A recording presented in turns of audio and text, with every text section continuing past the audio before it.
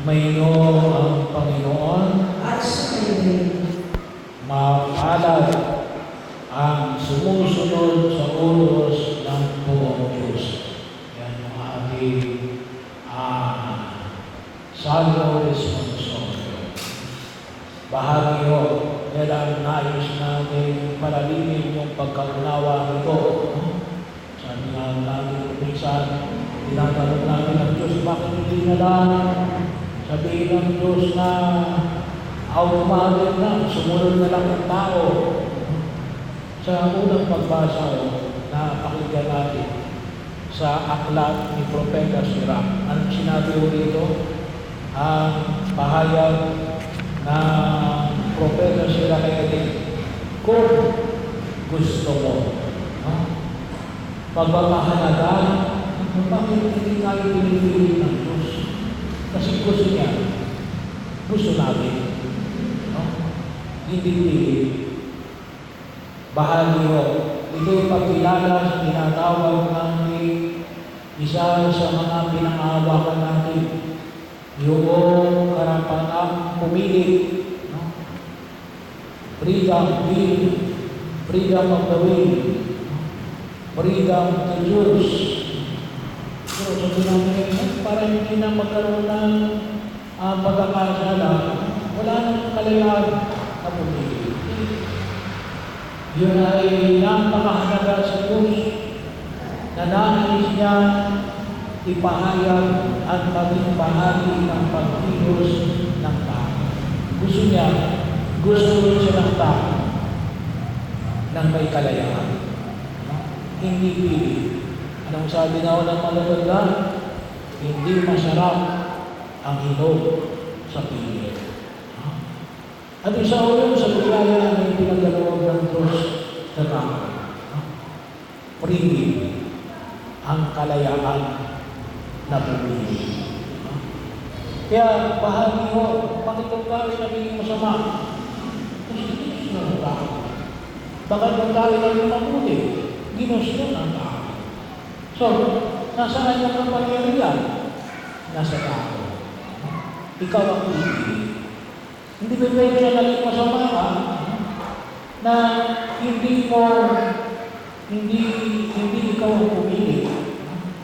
Bahagi yun na huwag namin kalimutan. Bagaman, sabi na natin pag-isip ng mga factors, kung tawagin natin ay mga nagpapalabo o nagpapaliit. Pero ang suma total ay alin? Nasa iyo. Pinili mo yan. Bahagi mo yun. At isa kong mahalagang makita namin ngayon ay alin, bakit kumisan ang tao ngayon ay parang sinasabi nila na wala silang kalayaan ng pumili. Kasi baka hindi natin tinuturuan na maging responsable. Kapag hindi natin naturuan ng mga susunod na generasyon na maging responsable, kasi na makita lang, kaya ganyan, pinili mo yan. Hindi ka pinipili. Hindi ka pinipili. Kaya din po, isa rin sa bahagi ng pagkilos, na makita ng mga magulang sa pagkapalaki ng kanilang mga anak na turuan maging responsable. Kasi nga, kapag ang bata ay sumusunod lamang sa iyo, kapag bata, wala pa yun. Ang tawag nga ko dito sa ikalawang pagbasa, yung binanggit sa ikalawang pagbasa sa sulat ni San Pablo sa mga taga-Corinto, anong binanggit dito? Yung age of reason. Ano ba yung age of reason? Ibig sabihin, yung age of reason na yun, may kakayanan na siya na mag-reasoning. Bagaman ko, may pwede sabihin natin yung edad sa atin kasi. Pag sinabi ka, you already meet, or at the age of reason, para sa atin, 7 years old. Kasi alam na nila kung ano tama at mali. Age of reason yung kung tawagin natin. Dapat, at the age of 7, hindi yan natin tinuturuan yung bata kung ano yung mali at alin yung tama. Hindi yung alin, kawala ng tao. Kasi kapag kaya sumusunod ng bata, kawala ng tao, Pero hindi nila alam kung ano yung mali at ano yung tama. Kapag nawala na yung kinakatakutan, hindi ka na susundin. Yung mga magulang, hindi na pinipili forever. Kaya ano yung dapat ituro? Ituro kung anong tama at ano yung mali. Sabagat paglaki nila, yun ang hindi sila buhusgahan. Maaaring hindi na sinulat sinagalawa natin, pero yung pagkilos ng Diyos. Kaya napaliwanag ko yung aklat ni Propeta Sirach, ikaw ay magpapasya kung magiging tapat ka sa Kanya o hindi. May nakalagay daw, anong sabi? Nandiyan yung tubig, nandiyan yung apoy. Nandiyan yung buhay, nandiyan yung kamatayan. Anong gagamitin mo? Anong gagamitin mo? Kaya kinakailangan natin, maging bahagi natin kung tawagin na po natin yung maturity. Yung maturity na makita natin. Pero yun ang makita natin. Sa pagsunod sa kalooban ng Diyos, tayo ang pipili. At maging bahagi yun na nawa, malayang pagpili. Kinakailangan natin yung malayang pagpili. Nawa, piliin natin ang Diyos. Piliin natin ang Diyos. Siguro sasabihin naman natin bakit kuminsan ang pinipili natin ay hindi ang Diyos. Ang pinipili natin ay hindi pinag-utos ng Diyos. Kaya napakalaga yung mali. Sabi nga natin, pinakailangan din natin yung kaalaman. Sabi nga sa basic catechism natin, kaya yung isang bagay, kaya kung minsan tayo ay nagkakaroon ng malaking kasalanan kasi bakit? Full knowledge. Napakahalaga yung patuloy natin pag-aaral. Bagaman, bahagi yun tayong lahat bilang tao, bago tayo silang sa daigdig, ibinulad na ng Diyos sa ating puso kung ano yung mabuti at kung ano yung masama. Kaya naman, sabi nga natin, bakit minsan ang pinipili pa rin natin ay masama? Kasi nagpapalinlang tayo. Nagpapalinlang tayo. Kanino? Sa demonyo. Kasi yung demonyo, hindi naman magpapakita sa iyo ilalim ng masama. Kaya kung minsan, napipili natin yung kasalanan kasi bakit? Pinapakita niya yung kagandahan. Yung magandang bahagi, ang tawag na namin ay apparent good. Ano nakita mo dyan? Akala ko gaganda ang buhay ko.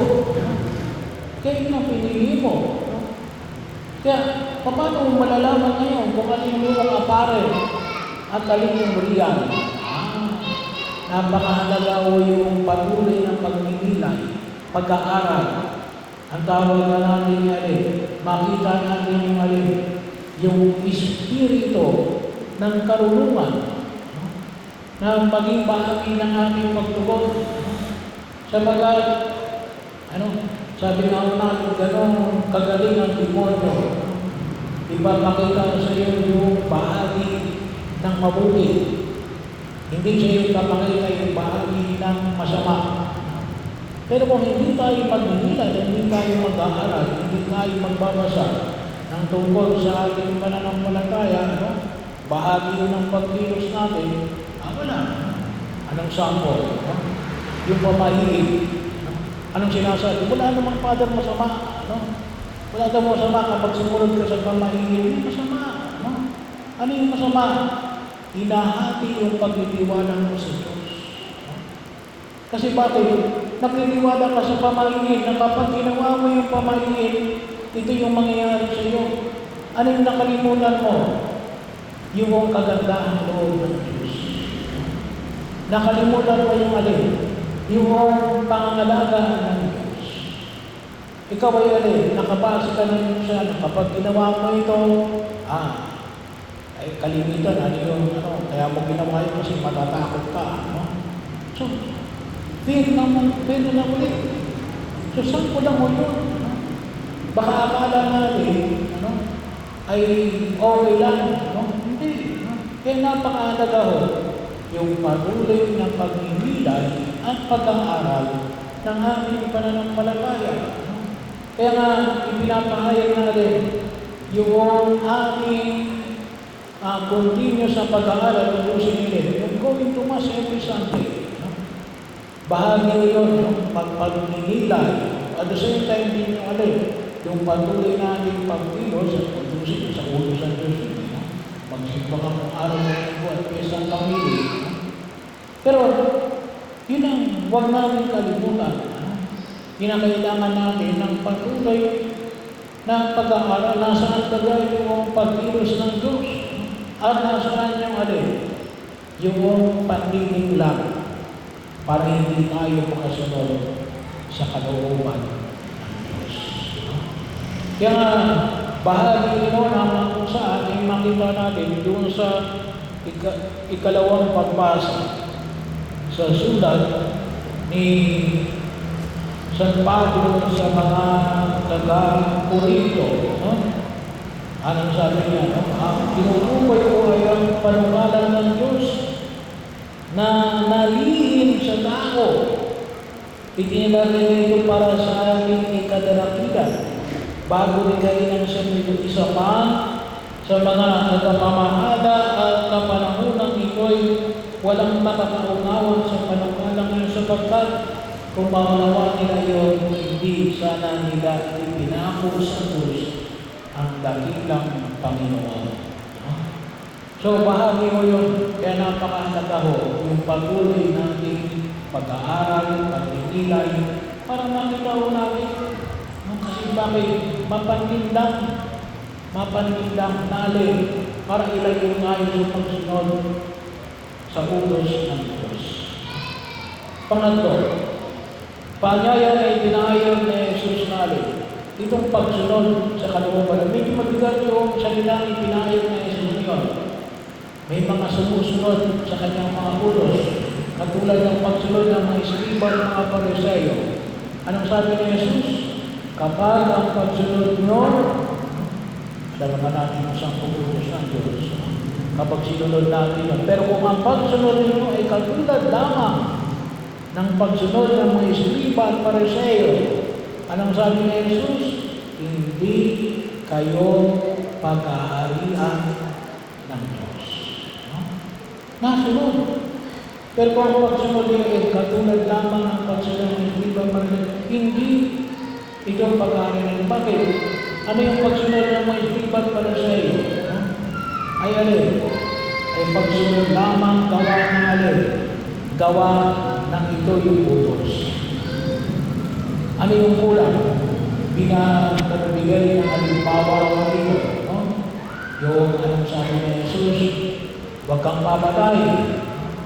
Pero ano nang sabi ni Jesus? Hindi lamang huwag kang pamatay. Huwag kang mapupuot sa kapwa mo. No? So, bakit ka naman kung sa pagpatay? Kasi napuot. Ano yung nawala? Pang isang halimbawa, pinahagi rito. No? Huwag kang makikiapit.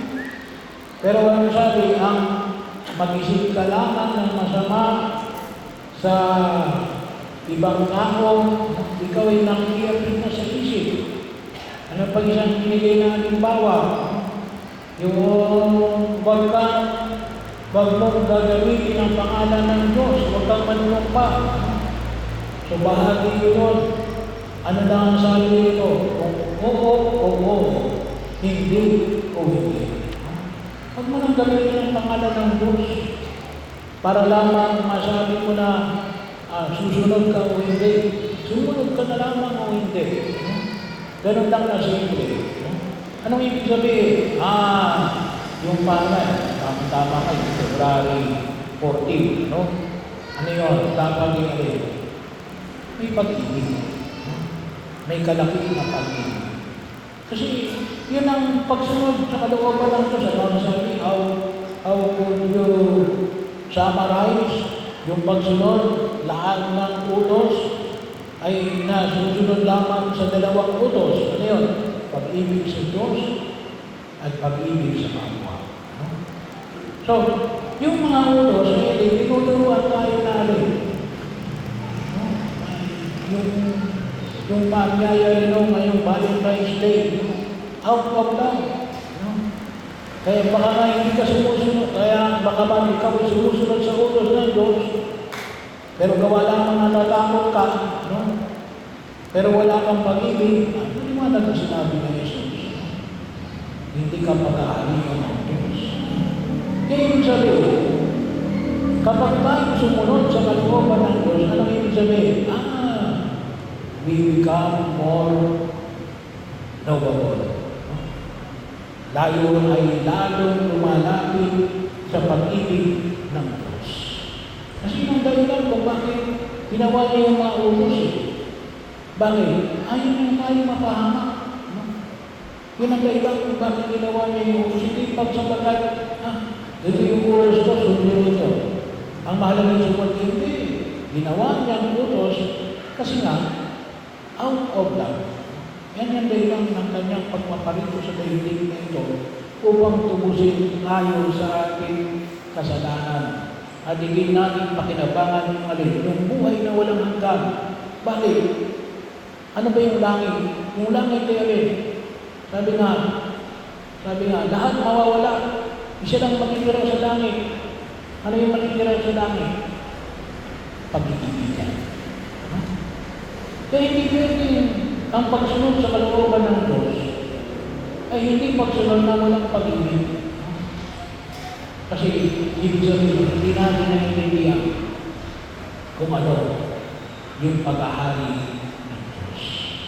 Kaya kung lunusin, the more na tayo sumusunod sa utos ng Diyos, we become more loving and we become more lovable. Naalin, katulad ng